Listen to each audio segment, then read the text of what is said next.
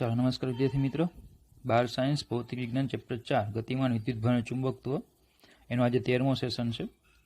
આજે આપણે બે ટોપિકની ચર્ચા કરવાની છે, ચુંબકીય ક્ષેત્રમાં ગતિ અને સંયુક્ત એવા વિદ્યુત અને ચુંબકીય ક્ષેત્રમાં ગતિ. પહેલા ચર્ચા આપણે કરશું ચુંબકીય ક્ષેત્રમાં ગતિની, અને પછી વિદ્યુત અને ચુંબકીય ક્ષેત્ર બંને ભેગા થાય તો ગતિ કઈ રીતે થાય એની ચર્ચા કરશું. પછી એક પોઈન્ટ છે નાનો મસ્તો વેગ પસંદગીકા અને કેટલાક દાખલાઓ છે. બરાબર, ચાલો તો સ્ટાર્ટ કરીએ. પહેલું છે ચુંબકીય ક્ષેત્રમાં ગતિ. તો પહેલા તો આપણે યંત્રશાસ્ત્રમાં આવું ભણી ગયા હતા કે ધારો કે મારી પાસે આ એક પદાર્થ છે.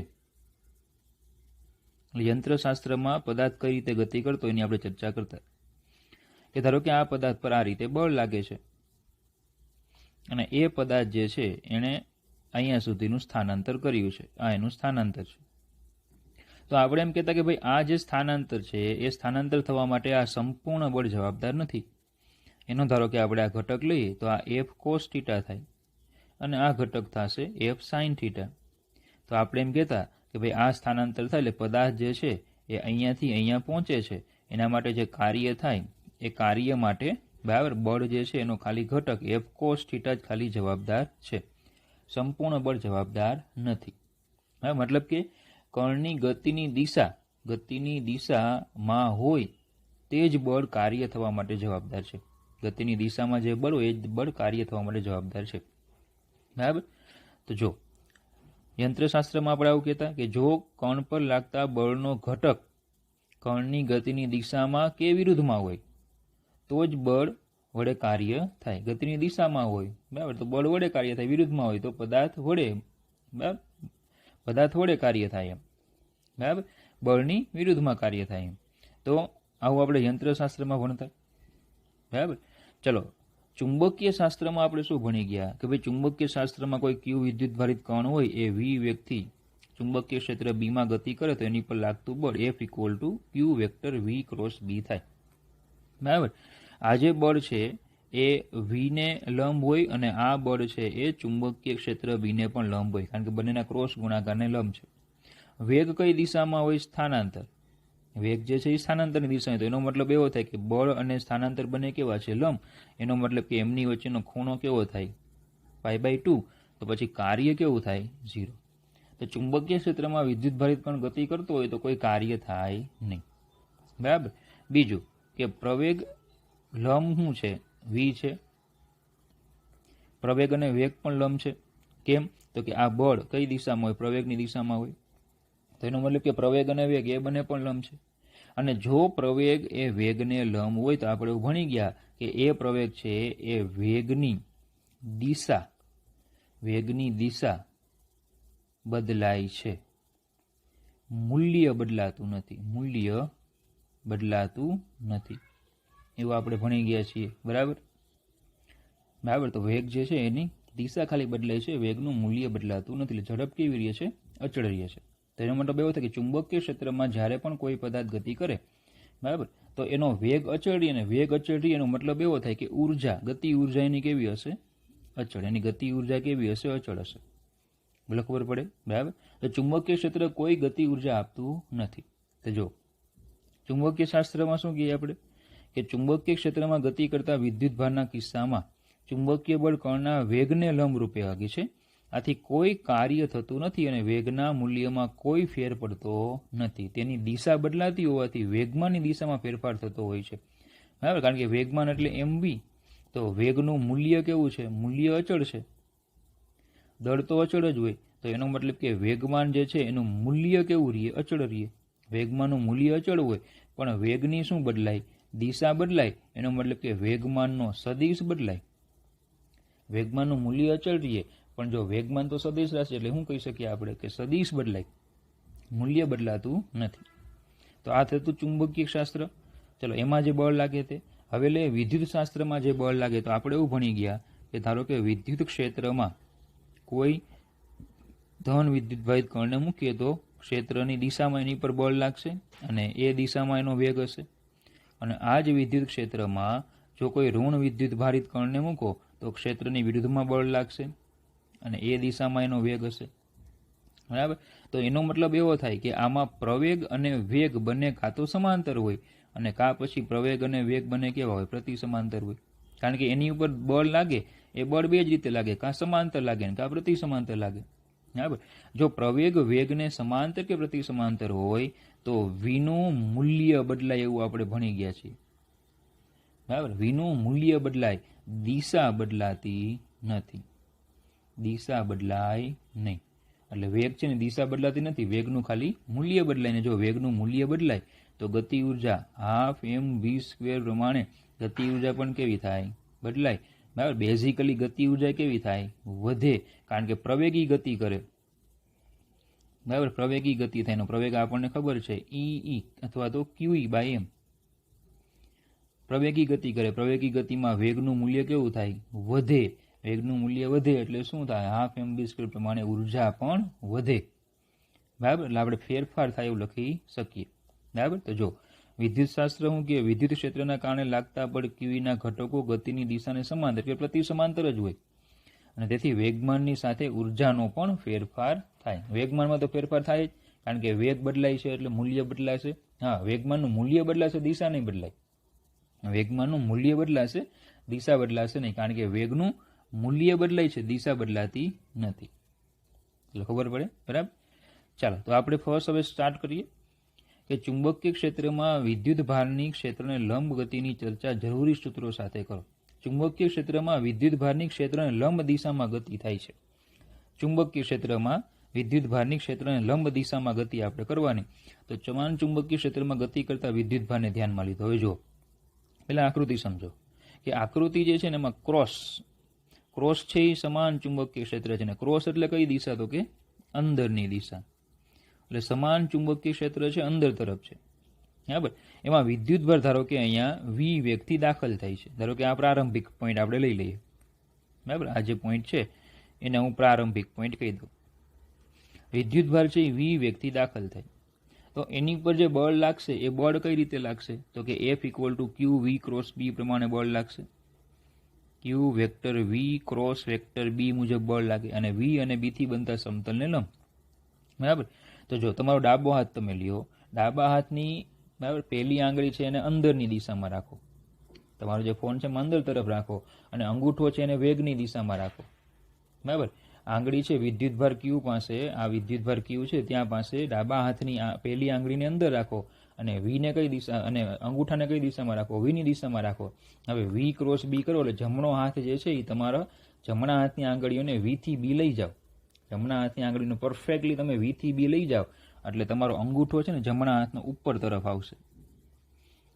બરાબર. મતલબ કે બળ ક્યાં લાગશે? અંદર તરફ લાગે. સેમ એવું તમે અહીંયા સેટ કરી શકો. બરાબર. તમારો ડાબો હાથ લઈ લો, ડાબા હાથની પ્રથમ આંગળીને ક્યાં લઈ જાઓ? અંદર લઈ જાઓ. વીને અંગૂઠાને વીની દિશામાં રાખો, અને V × B કરો એટલે બળ આ દિશામાં લાગશે. બોલો, ખબર પડે? તો ટૂંકમાં બળ જે છે એ બળ દરેક વખતે કેવું લાગે છે? કેન્દ્ર તરફ લાગે છે. એટલે કે કેન્દ્રગામી બળ છે. બળ છે એ દરેક વખતે ક્યાં લાગે? કેન્દ્ર તરફ. એટલે કે કયું બળ છે? કેન્દ્રગામી બળ છે. બરાબર. અને કેન્દ્રગામી બળ કઈ ગતિમાં લાગે? તો કે વર્તુળમય ગતિમાં લાગે. કેન્દ્રગામી બળ કઈ ગતિમાં લાગશે? વર્તુળમય ગતિમાં. તો એનો મતલબ એવો થાય કે આપણે જ્યારે ચુંબકીય ક્ષેત્રને લંબ રૂપે કોઈ વિદ્યુતભારિત કણને દાખલ કરીએ એટલે હંમેશા શું કરશે? નિયમિત વર્તુળમય ગતિ કરશે. બરાબર. કારણ કે નિયમિત કેમ? કારણ કે F લંબ વેક્ટર V, એટલે કે પ્રવેગ લંબ વેક્ટર V, અને જો લંબ હોય તો હમણાં આપણે આગળ કીધું કે વેગનું મૂલ્ય બદલાય નહીં. મૂલ્ય બદલાતું નથી. માત્ર શું બદલાય છે? વેગની દિશા. બોલો, ખબર પડે? V જે છે વેગનું મૂલ્ય બદલાતું નથી, માત્ર શું બદલાય? વેગની દિશા બદલાય. બોલો, ખબર પડે? એટલે શું કેવી ગતિ કરશે? એ નિયમિત ગતિ કઈ રાખશે? આમ ફેર્યા રાખશે. ચલો, ખબર પડે? બરાબર. ચલો, આટલું ક્લિયર થઈ ગયું. ઓકે. ચલો, હવે એનો મતલબ એવો થાય કે બળ જે છે એ કેન્દ્ર તરફ લાગે છે, એટલે કેન્દ્રગામી બળ પૂરું પાડે છે. ચલો, ખબર પડી. હવે V અને B વચ્ચેનો ખૂણો કેટલો છે? તો કે V જે છે એ સમતલમાં છે ને B અંદર તરફ છે. તો એનો મતલબ કે V અને B બંને લંબ છે. બરાબર. તો પછી આ જે બળ છે F = QVB sin θ, એમાં θ કેટલો થશે? π/2. એટલે F = QVB આવશે. બરાબર. તો આ થઈ ગયું આપણું કેન્દ્રગામી બળ. બરાબર. તો ચલો, કેન્દ્રગામી બળ એ કોણ પૂરું પાડે? તો કે ચુંબકીય બળ. ચુંબકીય બળ છે આ કિસ્સામાં જરૂરી કેન્દ્રગામી બળ પૂરું પાડે છે. તો પછી લખાય mv²/r બરાબર qvb. r એટલે આ વર્તુળ માર્ગની ત્રિજ્યા. તો પછી એમાંથી r ને કરતા બનાવો તો r બરાબર mv/qb.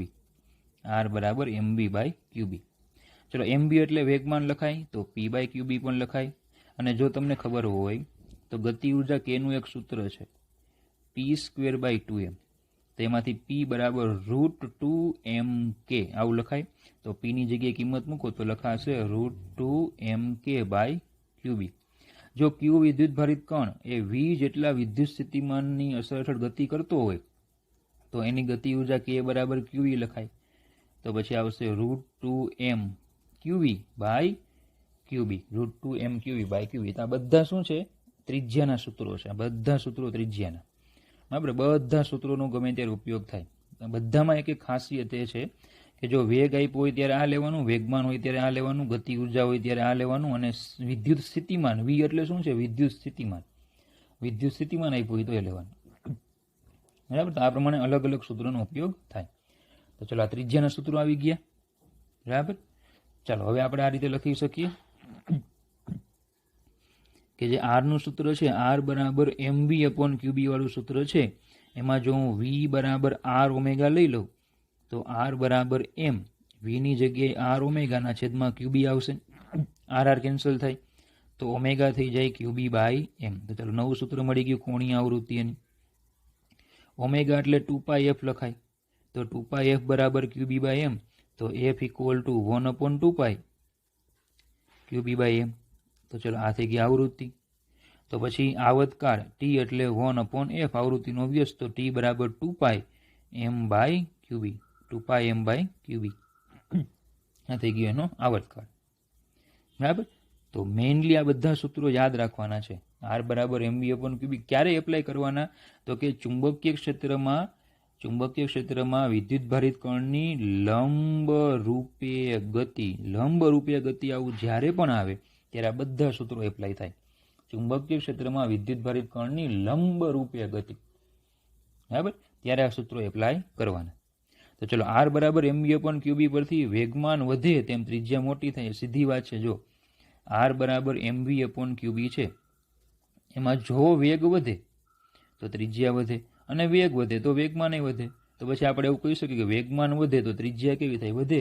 ત્રિજ્યા વધેનો મતલબ શું થાય? કે કણ જે છે એની ત્રિજ્યા ધીમે ધીમે આમ વધતી જાય એટલે મોટા માર્ગે ગતિ કરે, અને સાથે એનું વેગનું મૂલ્ય પણ વધે. બરાબર. ઓમેગા બરાબર qb/m પરથી કોણીય આવૃત્તિ એ વેગ કે ઉર્જા પર આધારિત નથી. qb/m છે એમાં વેગ નથી, ઉર્જા નથી. તેનો મતલબ કે ઓમેગા કોણીય આવૃત્તિ એ વેગ કે ઉર્જા પર આધારિત નથી. ચલો, આ જે વસ્તુ આપણે ભણી ગયા ને, 2 પોઈન્ટ કયા? જેમ વેગમાન વધે તેમ ત્રિજ્યા મોટી થાય એટલે વર્તુળ માર્ગ મોટો બને, અને કોણીય આવૃત્તિ વેગ કે ઉર્જા પર આધારિત નથી. બરાબર. આ જે કન્ડિશન આપણે ભણી ગયા એનો ઉપયોગ કે ભાઈ આવૃત્તિ પણ ઉર્જા પર આધારિત નથી, એનો ઉપયોગ સાયક્લોટ્રોનની રચનામાં ખૂબ જ ઉપયોગી છે. સાયક્લોટ્રોન એ પાર્ટિકલ એક્સલરેટર છે. પાર્ટિકલ એક્સલરેટર છે. કણોને પ્રવેગિત કરવાનું સાધન છે. આપણે જે વિડીયોઝ આપણા શરૂ થાય ત્યારે જે ફર્સ્ટ પેજમાં ફોટો આવે છે, જેમાં મ્યુઝિક સાથે ફોટો આવે છે, વર્તુળ આખું આમ દોરેલું હોય છે એમાં, બરાબર, તો એ સિંક્રોટ્રોન છે. સાયક્લોટ્રોનનું અપગ્રેડ વર્ઝન સિંક્રોટ્રોન, બરાબર, એનો ફોટો આપ્યો છે. હવે બરાબર, આજના વિડીયોમાં ફરી પાછો વિડીયો શરૂ કરીને એક વખત જોઈ લેજો. આખું એ મોટું ફૂટબોલના મેદાન જેવડું એ હોય છે. આ જે છે એ ફૂટબોલનું મેદાન હોય ને એવડું મોટું હોય છે. પાર્ટિકલ એક્સલરેટર છે. એમાં કણોને આ જે કન્ડિશન છે, બરાબર, r બરાબર mv/qb, એનો વેગ વધારી શકાય. વેગ વધારતા જાવ ત્રિજ્યા વધે. જો વેગ વધો તો ત્રિજ્યા વધતી જાય. ત્રિજ્યા વધે એટલે કન્ટિન્યુઅસલી આ રીતે ગતિ કરવા માંડે. જ્યારે છેડે પોગે ત્યારે એનો વેગ કેવો થઈ ગયો હોય? પ્રચંડ વેગ થઈ ગયો હોય. પણ એની આવૃત્તિ કે કોણીય આવૃત્તિ અચળ રહી. મતલબ કે જો 1 સેકન્ડમાં 100 ભ્રમણ થતા હોય, નાના વર્તુળ માર્ગે ભ્રમણ કરતો 1 સેકન્ડમાં 100 ભ્રમણ કરતો હોય તો તમે વેગ ગમે એટલો વધારો, ત્રિજ્યા ગમે એટલી મોટી કરો, એ 1 સેકન્ડમાં 100 ભ્રમણ જ કરે. તો તમે સમજી શકો કે એનો વેગ કેવડો વધી ગયો હશે. નાનો માર્ગ હોય એમાં 100 ભ્રમણ કરે અને મોટા માર્ગમાં પણ 1 સેકન્ડમાં 100 ભ્રમણ કરે, તો સમજી શકો તમે એનો વેગ કેટલો પ્રચંડ થઈ ગયો છે, કેટલું ઝડપથી ભ્રમણ કરવું પડે કે જેથી એની આવૃત્તિ અચળ જળવાઈ રહે. તો આનો ઉપયોગ સાયક્લોટ્રોનની રચનામાં ખૂબ જ ઉપયોગી છે. તો તમને આ જે પ્રશ્ન છે એ પ્રશ્ન તમને એમ પણ પૂછી શકે કે સાયક્લોટ્રોનનો સિદ્ધાંત સમજાવો. બરાબર, જો હું પેપર કાઢું ને તો હું આ રીતે પ્રશ્ન પૂછું, સાયક્લોટ્રોનનો સિદ્ધાંત સમજાવવાનો. એ તો આ વર્ષે તો ખાસ કાઢું કારણ કે આ વર્ષે સાયક્લોટ્રોન સિલેબસમાંથી નીકળી ગયું, જેની પછીના સેશનમાં છે તે. બરાબર, સાયક્લોટ્રોન કાઢી નાખ્યું પણ એનો સિદ્ધાંત આમાં છે. એટલે તમને જ્યાં પણ MCQ કે દાખલામાં સાયક્લોટ્રોન શબ્દ આવે ને એટલે તમારે નવું કશું વિચારવાનું નથી. આપણે આ ભણી ગયા છીએ, આ જ બધા સૂત્રોનો એપ્લાય થશે. હવે સાયક્લોટ્રોન જસ્ટ એક ઇન્સ્ટ્રુમેન્ટ છે જેના વિશે આપણે અભ્યાસ કરવાનો છે. બરાબર, પણ સિદ્ધાંત તો આખો આવી ગયો એટલે એમાં નવા કોઈ સૂત્રો નથી. સૂત્રો તો આ જ છે. બરાબર, અને બીજું ક્યારે એપ્લાય કરવાના? લંબ રૂપે ગતિ એવું જ્યારે પણ દેખાય ને લંબ રૂપે ગતિ, ત્યારે હંમેશા આ સૂત્રો એપ્લાય કરી દેવાના, તમારે 100% જવાબ આવી જાય. ઓકે, ચાલો, તો આ થઈ ગયું. ચુંબકીય ક્ષેત્રમાં લંબ રૂપે ગતિ થાય તો હવે પ્રશ્ન એ છે કે જો ચુંબકીય ક્ષેત્રમાં લંબ રૂપે ગતિ ન કરાવો, હવે ચુંબકીય ક્ષેત્રમાં લંબ રૂપે ગતિ ન થાય, કોઈ થીટા કોણે ગતિ થાય, તો એની ચર્ચા કરીએ. હવે સમજો, એકદમ સામાન્ય બેઝિક ખ્યાલ આપું. ધારો કે આ ચુંબકીય ક્ષેત્ર છે અને કણ ગતિ આમ કરે, એટલે કે એનો પ્રારંભિક વેગ સદિશ છે આ રીતે છે. બરાબર, બી સાથે કંઈ ખૂણો બનાવે. તો હવે આ વેગના બે ઘટક પડશે. એક ઘટક આ આવશે જે બીને સમાંતર હોય, બીજો ઘટક આ આવશે જે બીને લંબ હોય. હમણાં આપણે આગળ એવું ભણી ગયા કે જો વી વેગ એ જો બીને લંબ રૂપે હોય તો આ ઘટક એને શું કરે? વર્તુળ માર્ગે ફેરવે. પણ જો બી વીને સમાંતર ઘટક છે, જે સમાંતર ઘટક છે બીનો, બરાબર, એ શું કરશે? એને આગળ લઈ જશે. બરાબર, લંબ ઘટક એને શું કરે? વર્તુળ માર્ગે ફેરવે. અને સમાંતર ઘટક જે છે, બરાબર, બી જો તમે સમજો F = Q V × B છે. જો વી અને બી એક જ દિશામાં હોય તો થીટા કેવો થાય? 0. તો બળ કેવું થાય? 0. બળ 0 થાય એનો મતલબ કે શું થાય? એની અચળ વેગી ગતિ થાય. તો એનો મતલબ કે એનો જે વી પેરેલલ વેગ જેટલો પણ હશે એટલા અચળ વેગથી શું કરશે? આ જ દિશામાં ગતિ ચાલુ રાખશે. તો હવે આનો મતલબ એવો થાય કે કણ છે એ વર્તુળ માર્ગે ફરતો જાય અને આગળ જતો જાય. તો આ બંને ગતિઓનું સંયોજન કરું તો ગતિ કેવી હશે? જોજો, કણ આગળ પણ જાય અને વર્તુળ માર્ગે ભ્રમણે કરે. આ બંને ભેગી કરો તો બોલો કણ આવી રીતે ગતિ કરતો હશે. કણ આગળ પણ જાય અને વર્તુળ માર્ગે ફરતો જાય તો ગતિ કેવી થતી હશે? ગતિ જે છે એ આવી રીતે થતી હશે. આ ગતિને કહેવાય હેલિકલ. જે સોલેનોઇડ વખતે આપણે શબ્દ ભણી ગયા, હેલિક્સ. આ ગતિને કહેવાય હેલિકલ અથવા તો સર્પિલાકાર. શું કહેવાય? સર્પિલાકાર. કોઈ બરાબર, કોઈ ઝાડ હોય તેમાં સાપ ચડેલો હોય તો તમને ખ્યાલ છે કે આ રીતે હોય, એ શું કહેવામાં આવે? સર્પિલાકાર અથવા તો હેલિકલ ગતિ. બોલો, ખબર પડે? બરાબર, તો જો જ્યારે કણનો પ્રારંભિક વેગ ક્ષેત્ર સાથે કોઈ યાદચ્છિક કોણ થીટા ધરાવતો હોય ત્યારે વેગના બે ઘટકો ધ્યાનમાં લેવા પડે. ચુંબકીય ક્ષેત્રને સમાંતર કે પ્રતિ સમાંતર? ચુંબકીય ક્ષેત્રને લંબ. ચુંબકીય ક્ષેત્રને સમાંતર કે પ્રતિ સમાંતર ઘટક પર ગતિ દરમિયાન ચુંબકીય ક્ષેત્રની કોઈ અસર થતી નથી, એટલે કે બળ લાગતું નથી, અને તેથી કણ અચળ વેગથી ક્ષેત્રની દિશામાં ગતિ ચાલુ રાખે. ચુંબકીય ક્ષેત્રને લંબ ઘટકને કારણે બળ લાગતા કણ વર્તુળ ગતિ કરે. પરિણામે કણનો ગતિપથ આકૃતિમાં દર્શાવ્યા મુજબ હેલિકલ કે સર્પિકલ આકારનો હોય. કેવો હોય? હેલિકલ હોય કે સર્પિકલ. બરાબર, કે સર્પિલાકાર હોય. એની આકૃતિ મેં અહીંયા દોરી છે. જો હેલિકલ કે કેવો હોય? આ સર્પિલાકારનો હોય. ખબર પડે? બરાબર, તો ધારો કે વેગ આ છે અહીંયા, તો આ ચુંબકીય ક્ષેત્રની દિશા છે. તો જો વેગનો એક ઘટક ચુંબકીય ક્ષેત્રને સમાંતર આવે અને બીજો ઘટક ચુંબકીય ક્ષેત્રને લંબ આવે. બરાબર, ચાલો આગળ વધી. એમાં શબ્દ એક વ્યાખ્યાયિત થાય છે પીચ. હવે આ પીચ શું છે તો જો શું કીધું, ચુંબકીય ક્ષેત્રમાં હેલિકલ માર્ગ દરમિયાન વિદ્યુતભારિત કણે એક પરિભ્રમણ દરમિયાન ચુંબકીય ક્ષેત્રની દિશામાં કાપેલા અંતરને પીચ કહે છે. હવે સમજો, હેલિકલ ગતિ એટલે આ રીતે હતી, એકદમ સામાન્ય રીતે સમજાવો. ધારો કે ભ્રમણની શરૂઆત અહીંયાથી થાય, ભ્રમણની શરૂઆત અહીંયાથી કરું તો એક ભ્રમણ પૂરું કરે એટલે એક કણ એ માર્ગ પર બોલો આગળ વધી ગયો હોય, તો આ જે અંતર આવે ને આ અંતર એને કહેવાય પીચ. એકદમ સિમ્પલ. જો આ આકૃતિમાં જો કે ભાઈ અહીંયાથી ધારો કે ગતિની શરૂઆત થાય, તો એ આખું ભ્રમણ આ રીતે પૂર્ણ કરે એટલે ત્યાં તો નહીં જ આવે. ભ્રમણ પૂર્ણ કરશે એટલે આગળ વધ્યો હશે ને, ગતિપથ પર શું કર્યું હોય, આગળ વધ્યો એટલે ત્યાં નહીં પહોંચે તો બોલો અહીંયા પહોંચશે. હા, જો વર્તુળાકાર ગતિ હોય તો વર્તુળાકાર ગતિ છે તો અહીંયાથી ભ્રમણ શરૂ કરે તો બોલો પાછો ત્યાં આવે કે નહીં, પણ આમાં તો આગળ જાય છે, બરાબર. તો આ એક ભ્રમણ પૂરું કરે એટલે આ જે અંતર કાપે એને શું કહેવાય, હેલિક્સની પેચ અથવા તો પીચ. ખબર પડે, આ જે આવે એને કહેવાય હેલિક્સની ત્રિજ્યા, બરાબર. આ જે છે એને કહેવાય એની ત્રિજ્યા. તો બોલો પેચ, બરાબર, એટલે કે અંતર જ છે અને અચળ વેગી ગતિ કરે. આ દિશામાંની જે ગતિ છે તો વેગ અચળ રહે છે, બરાબર. તો આ દિશામાંની ગતિનો અચળ વેગ કયો તો કે v સમાંતર. તો પછી વેગ બરાબર અંતર એટલે કે p ના છેદમાં સમય, એટલે બોલો આવતકાળ જેટલો સમય લેવાનો t જેટલો. તો પછી હેલિક્સની pitch equal to v parallel into t. તો ટીનું સૂત્ર હમણાં ભણી ગયા આપણે, 2πm/qb ઇન્ટુ v પેરેલલ. તો v પેરેલલ ઘટકથી તમને શું મળે, પીચ. હવે સમજો, આપણે જે આગળ હમણાં કિસ્સો ભણી ગયા તેમાં બી આ રીતે હતો, વેગ આમ હતો, તો આ સમાંતર ઘટક બોલો આ થીટા હોય તો સમાંતર ઘટક v cos થીટા થાય. તો આ સૂત્રને તમે શું લખી શકો, 2πm v cos theta upon qb. ઘણી વખત સાઇન થીટા આવે તો તમારે ટૂંકમાં યાદ શું રાખવાનું, સમાંતર ઘટક લેવાનો, બી ને સમાંતર ઘટક અહીંયા લેવાનો. એ સાઇન આવે કોસ આવે જે આવે તે સમાંતર લેવાનું. ચલો પછી એની ત્રિજ્યા, હેલિક્સની ત્રિજ્યા, તો આરનું સૂત્ર હમણાં આપણે ભણી ગયા, mb અપોન qb. તો આ સૂત્રનું આ પણ ક્યારે હતું તો કે લંબ રૂપે હોય ત્યારે. તો આમાં પણ છે એવું જ સૂત્ર, એવું જ છે, પણ વેગનો કયો ઘટક એને લંબ રૂપે ફેરવે તો કે લંબ ઘટક, v લંબ અપોન qb લેવાનું. એટલે ખબર પડે, આમાં પરફેક્શન જોઈએ કે આમાં હેલિકલમાં છે તો વર્તુળ માર્ગે કને કયો ઘટક ફેરવે છે, વેગનો લંબ ઘટક ફેરવે, એટલે v લંબ લેવાનું. તો ધારો કે આ કિસ્સો હોય તો એમાં v સાઇન થીટા બોલો લંબ આવે, તો r બરાબર શું લખી શકાય, mv sine theta by qb.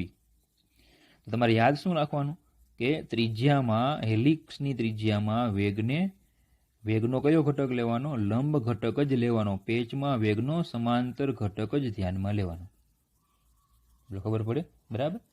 ચાલો, તો આ બે પ્રશ્નો હતા, બહુ મહત્વના હતા. જૂના સિલેબસમાં દાખલાના સ્વરૂપમાં આપ્યા હતા, આપણે નવી બુકમાં હવે આ રીતે થિયરી આપી દીધી તો બહુ સારું થઈ ગયું, થિયરી મળી ગઈ એટલે. ઓકે, ચાલો, ક્લિયર આટલું. ચાલો, એની પછી બહુ મસ્ત એક ટોપિક છે, સંયુક્ત એવા વિદ્યુત અને ચુંબકીય ક્ષેત્રમાં ગતિ. હવે જો વિદ્યુત અને ચુંબકીય ક્ષેત્ર બંનેમાં ગતિ કરાવી. ટોપિકનું નામ આપ્યું છે વેગ પસંદગીકાર. હવે આમાં શું પસંદગી કરવાની છે તો જોજો. સંયુક્ત એવા વિદ્યુત અને ચુંબકીય ક્ષેત્રમાં વિદ્યુત ભારની ગતિ વેગ પસંદગીકાર તરીકે સમજાવી તેનો ઉપયોગ સરખો. વિદ્યુત અને ચુંબકીય ક્ષેત્ર એ બંને ક્ષેત્રોની હાજરીમાં v વેગથી ગતિ કરતો વિદ્યુતભાર q બળ અનુભવે છે. ચાલો, હવે q બળ કેટલું, વિદ્યુત અને ચુંબકીય ક્ષેત્ર બંનેમાં ગતિ થતી હોય તો આપણે આગળ ભણી ગયા છીએ કે જે બળ લાગશે એ વિદ્યુત બળે લાગશે અને ચુંબકીય બળે લાગશે. ચલો, વિદ્યુત બળ કેટલું તો કે QE અને ચુંબકીય બળ કેટલું તો કે QV ક્રોસ B, જેને આપણે નામ આપેલું લોરેન્ઝ બળ. તો પછી F equal to QE plus vector V cross vector B. બરાબર, આપણે બળને નામ આપ્યું હતું લોરેન્ઝ બળ. બોલો આટલું હોવું પડી, બરાબર. વિદ્યુત અને ચુંબકીય ક્ષેત્રમાં ગતિ થાય તો બંને બળ લાગે. હવે સમજો કે મારી પાસે ધારો કે અહીંયા એક Q વિદ્યુત ભારિત આપણે કણ લઈ લઈએ, તો ક્ષેત્ર આ દિશામાં છે એટલે Fe બળ એ દિશામાં લાગશે, એનો વેગ આ દિશામાં છે, ચુંબકીય ક્ષેત્ર મેં આ દિશામાં લીધું, બરાબર. તો એમ કહે છે કે ચુંબકીય બળ નીચે તરફ લાગે. જો ચેક કરીએ તો પહેલા તો Fe બળ કઈ રીતે લાગશે તો જો Fe equal to Q vector E થાય, ઇક્વલ ટુ Q મૂલ્ય E અને કઈ દિશામાં છે, જે કેરેટ. કઈ દિશામાં છે? જે કેરેટ. એક્સની દિશામાંનો એકમ સદિશ જે કેરેટ, એક્સ અક્ષની દિશામાંનો એકમ સદિશ આઈ કેરેટ અને ઝેડ અક્ષની દિશામાંનો એકમ સદિશ કે કેરેટ. બોલો આ રીતે બળ લાગશે. હવે બી લઈએ તો કે F B equal to q v cross B મુજબ બળ લાગે. ચલો ક્યુ વેગનું મૂલ્ય વી કઈ દિશા? આઈ કેરેટ ક્રોસ બીનું મૂલ્ય બી કઈ દિશા? કે કેરેટ. તો આવશે ક્યુ વી બી આઈ ક્રોસ કે, અને આઈ ક્રોસ કે એટલે માઇનસ જે કેરેટ, એટલે આવશે માઇનસ ક્યુ વી બી જે કેરેટ. બોલો ખબર પડી આટલી? ક્યુ વી બી જે કેરેટ એટલે કઈ દિશામાં લાગશે? વાય અક્ષની વિરુદ્ધમાં, એટલે નીચે તરફ લાગે. ટૂંકમાં આ બળ ક્યાં લાગે છે? વાય અક્ષ પર. આ બળ ક્યાં લાગે છે? ઋણ વાય અક્ષ પર. ટૂંકમાં બંને બળો કઈ રીતે લાગે છે? વિરુદ્ધ દિશામાં લાગે. બંને બળો છે કઈ રીતે લાગે? વિરુદ્ધ દિશામાં લાગે. બોલો ખબર પડે? બરાબર. ચાલો ધારો કે ઈ અને બીના મૂલ્યો આપણે એવા રાખીએ કે જેથી બંને બળના મૂલ્યો સમાન થઈ જાય. હું ઈ અને બીના મૂલ્યો એવા સેટ કરું કે બંને બળના મૂલ્યો કેવા થાય? સમાન. જો બંને બળના મૂલ્યો સમાન થાય તો વિદ્યુત ભાર પરનું કુલ બળ શૂન્ય થશે. દાખલા તરીકે ચલો આ પ્રમાણે આપણે લઈએ તો ઈ બરાબર ક્યુ ઈ જે કેરેટ માઇનસ ક્યુ વી ક્રોસ બી અથવા તો ક્યુ વી બી જે કેરેટ. તો F equal to Q common નીકળશે એટલે ઈ માઇનસ વી બી જે કેરેટ. બોલો આ પરિણામી બળનું સૂત્ર આવે. તો હું ઈ અને બીના મૂલ્યો એવા પસંદ કરું કે જેથી આ એફ કેવું થઈ જાય? 0 થઈ જાય. તો એનો મતલબ કે ક્યુ ઈ માઇનસ વી બી જે કેરેટ 0 થાય. બરાબર. તો એનો મતલબ એવો કહેવાય કે ઈ બરાબર વી બી, મતલબ કે વી બરાબર ઈ બાય બી. તો જો હું ઈ અને બીના મૂલ્યો હું એવા પસંદ કરું કે પરિણામી બળ 0 થાય તો વેગ કેટલો વ્યાખ્યાયિત થાય? ઈ બાય બી મુજબ વ્યાખ્યાયિત થાય. બરાબર. તો જો પરિણામી બળ કુલ બળ શૂન્ય થશે અને વિદ્યુતભાઈ કણ કોઈ પણ પુનરાવર્તન પામ્યા વગર ક્ષેત્રમાં ગતિ કરશે. પરિણામી બળ તો 0 થઈ ગયું. જો આ સમજો શું થાય?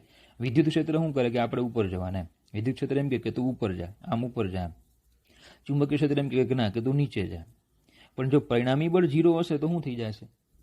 આમાં ગતિ ક્યાં થાય? તો કે જેનું વર્ચસ્વ હશે મોટું, કે ભાઈ વિદ્યુત બળ વધારે લાગતું હશે આ ઉપર જાય, ચુંબકીય બળ વધારે લાગશે તો આ નીચે જશે. પણ બે બળ સરખા લાગશે તો એ પોતાનો માર્ગ જે છે એ શું કરશે? જાળવી રાખશે. એટલે એક અક્ષની દિશામાં જ શું કરશે? ગતિને જાળવી રાખે. તો એની શરત કઈ? તો કે ઈ બાય બી બરાબર વી થવું જોઈએ.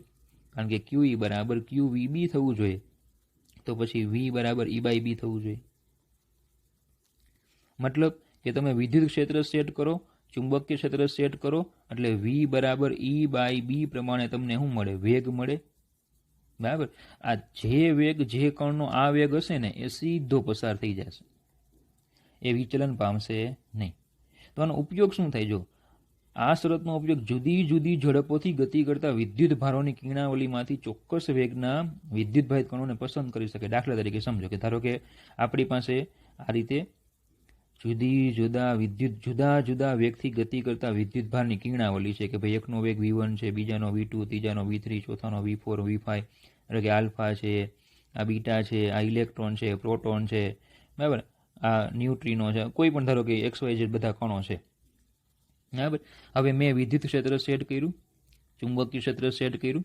ધારો કે મારે ઇલેક્ટ્રોન છે એને જ મારે પસંદ કરવો છે. તો પછી હું ઈ બાય બી હું પસંદ કરું કે જેથી ઇલેક્ટ્રોનનો વેગ કેટલો છે? v3 છે, એટલું મને v3 વેગ અહીંયા મળે. આ જે આખી કિરણાવલી છે ને, બરાબર, ક્રોસ ચુંબકીય અને વિદ્યુત ક્ષેત્રમાં ગતિ કરાવો. બરાબર. ઈ બાય બીના મૂલ્યો એવા સેટ કરો કે એનો ગુણોત્તર કેટલો આવે?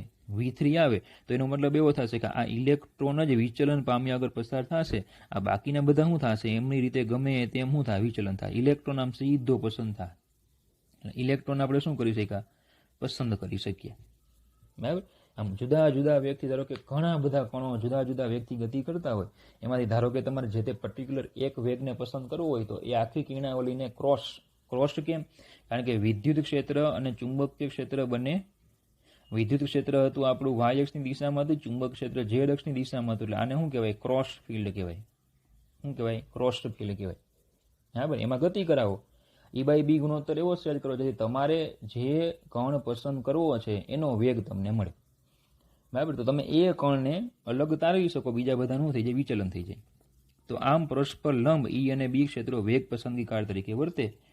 પરસ્પર લંબ ક્ષેત્રોમાંથી ફક્ત ઈ બાય બી ઝડપ ધરાવતા વિદ્યુત ભારિત કણો જ કોઈ પણ કોણાવર્તન વગર પસાર થઈ શકે છે. બીજા ન થઈ જાય, કોણાવર્તન થઈ જાય, બીજા બધા દૂર થઈ જાય.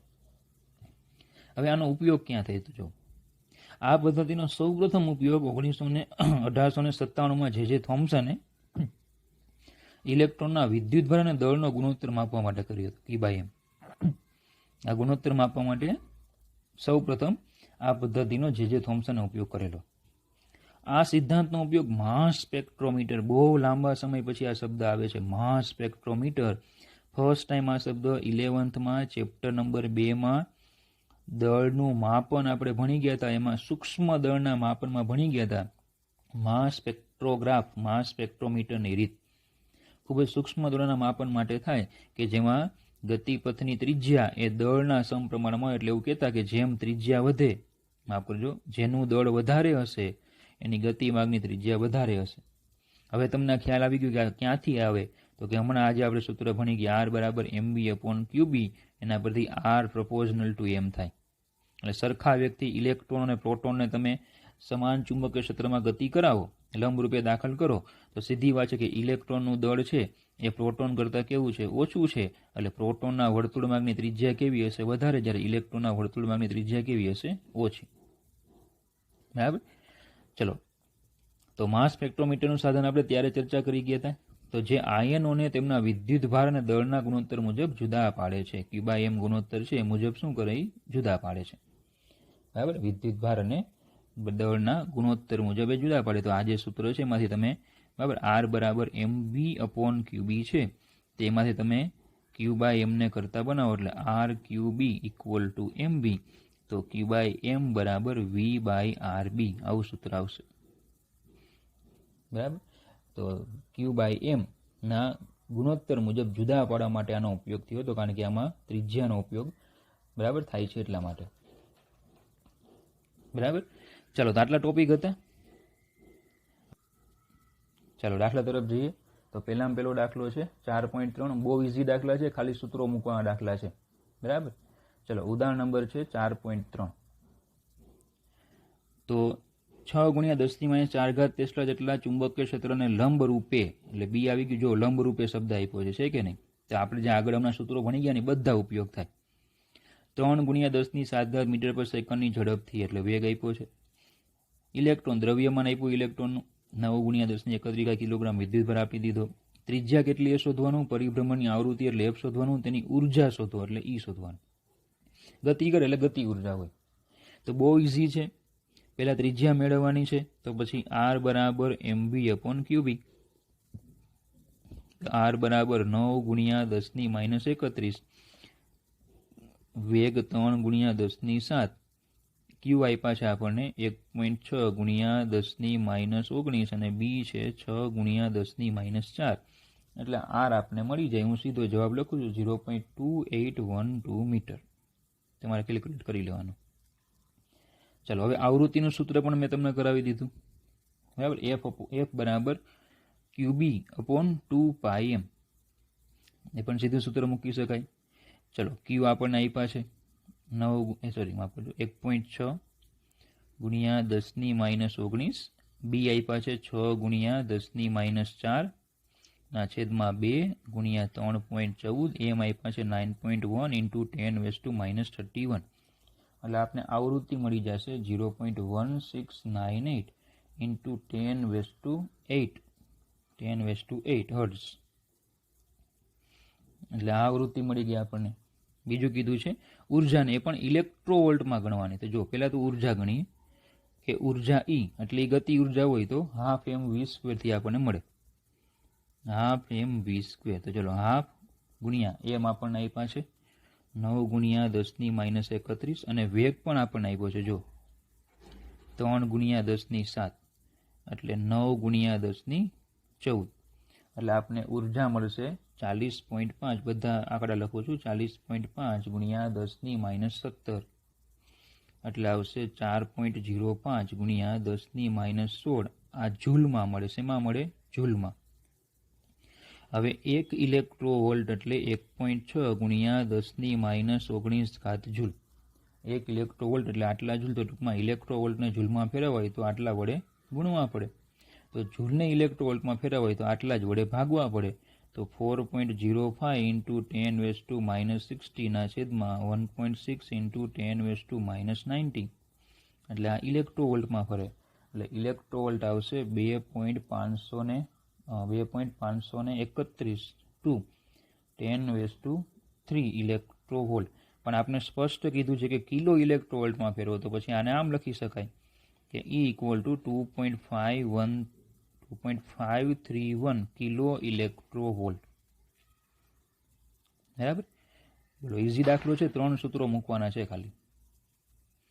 એની પછી છે એક ઓરડામાં 6.5 ગોસ જેટલું નિયમિત ચુંબકીય ક્ષેત્ર છે. ચલો 6.5 ગોસ, પણ ગોસ ચાલે નહીં તો એને ટેસ્લામાં ફેરવવું પડે. તો આપ્યું છે તમને. આ ક્ષેત્રમાં લંબ રૂપે, જો શબ્દ છે લંબ રૂપે, એક ઇલેક્ટ્રોનનો વેગ તમને આપ્યો છે, છોડવામાં આવે છે. ઇલેક્ટ્રોનનો માર્ગ વર્તુળાકાર કેમ હશે તે સમજાવો. બરાબર. કારણ કે લંબ રૂપે દાખલ કરો છો એટલે વર્તુળાકાર હોય જ. કારણ કે F = Q V × B પ્રમાણે V બળ છે V અને B થી બનતા સમતલને લંબ રૂપે હશે. વર્તુળાકાર કક્ષાની ત્રિજ્યા શોધો. ચલો, ત્રિજ્યા શોધવાની છે. E અને M આપ્યા છે તો ત્રિજ્યા શોધી લઈએ. R = MB/QB. બહુ સિમ્પલ. ચલો, તો R આપને આપ્યા છે. બરાબર. માફ કરજો, M આપને આપ્યા છે. M 9.1 × 10⁻31. V આપ્યા છે 4.8 × 10⁶. Q એટલે કે E આપ્યા છે 1.6 × 10⁻19 અને B છે 6.5 × 10⁻4. એટલે R આપણને મળશે 4.2 × 10⁻2 મીટર. અને કેમ વર્તુળાકાર છે તો અહીંયા લખ્યું છે, લખાણ થોડું કરવું પડશે. સમાન ચુંબકીય ક્ષેત્રમાં ક્ષેત્રને લંબ રૂપે દાખલ થતા ઇલેક્ટ્રોન પર લાગતું બળ F = -V × B છે. આ બળની દિશા, વેગ અને ચુંબકીય ક્ષેત્રને લંબ હોય છે. તેથી આ બળ ઇલેક્ટ્રોનના ગતિની માત્ર દિશા બદલે છે, પણ તેની ઝડપ પર કોઈ અસર કરતું નથી. આ બળ ગતિ કરતા ઇલેક્ટ્રોનને જરૂરી કેન્દ્રગામી બળ પૂરું પાડે. તેથી ઇલેક્ટ્રોનનો ગતિપથ વર્તુળાકાર હોય. હવે એટલું ખાલી લખવાનું છે. ચાલો, પછી છે એક ઓરડામાં 6.5 ગોસ એટલે ફરી પાછું ચુંબકીય ક્ષેત્ર આપ્યું છે. લંબ રૂપે શબ્દ આપ્યો. જો પાછો લંબ રૂપે એક ઇલેક્ટ્રોન આટલી ઝડપથી દાખલ થાય છે. વર્તુળાકાર કક્ષામાં ઇલેક્ટ્રોનની ભ્રમણની આવૃત્તિ શોધો. આવૃત્તિ ગોતવાની છે. શું આ જવાબ ઇલેક્ટ્રોનની ઝડપ પર આધાર રાખે? આવૃત્તિ આપણે ભણી ગયા. આવૃત્તિ ઝડપ પર આધારિત નથી. સમજાવો. સમજાવવાનું તો શું હોય એમાં? સૂત્રમાં આવૃત્તિ જ નથી. ચલો, F સીધું સૂત્ર લઈ લઈએ. F = QB/2πm. તો F બરાબર, ચલો Q આપણને આપ્યા છે 1.6 × 10⁻19. B આપ્યા છે 6.5 × 10⁻4. 2 × 3.14. M = 9.1 10⁻31. તો આવૃત્તિ મળી જશે 1.84 × 10⁻7 હર્ટ્ઝ. 1.84 × 10⁻7 હર્ટ્ઝ. બરાબર. અને આવૃત્તિના સૂત્રમાં ઇલેક્ટ્રોનની ઝડપવાળું પદ આવતું નથી. તેથી આવૃત્તિ ઇલેક્ટ્રોનની ઝડપ પર આધારિત નથી. સિમ્પલ છે. બરાબર. ચાલો, તો આજના સેશનમાં આપણે આટલું જ રાખીશું. Thank you.